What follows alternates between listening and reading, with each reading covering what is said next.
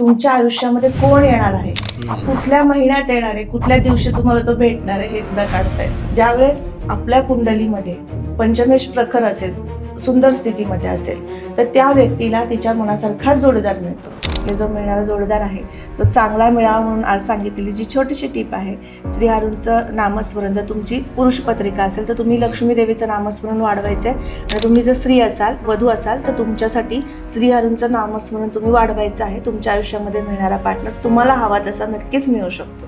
तर आई वडिलांना असं चेक करता येऊ शकतं का की त्यांचे मुलं भविष्यात कधी पळून जाऊन लग्न करतील का?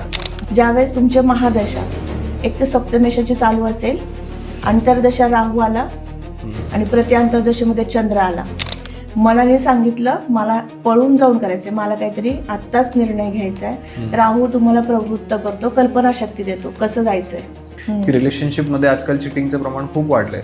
मग ते भले लव्ह मॅरेज असू द्या किंवा कुठलंही असू द्या, नंतर म्हणजे आधी सगळं चांगलं असतं आणि नंतर या सगळ्या गोष्टींना सामोरे जावं लागतं. हां, फसवणूक होण्याचे योग कधी येतात? ज्यावेळेस अंतर्दशेमध्ये केतू अंतर्दशा करतो, कुठल्याही ग्रहाच्या महादशेमध्ये. लोक प्रेमात पडतात, मग लग्न करतात, पण मग लग्न केल्यानंतर कधी कधी असं होतं की त्यांचे सतत भांडणं चालू असतात. तर मग हे सगळं कशामुळे होतं? राहू देवांचं हे युग आहे. या युगामध्ये प्रत्येक व्यक्ती वेगळ्या विचाराने तुम्हाला भेटणार आहे, तुमच्या जवळ येणार आहे.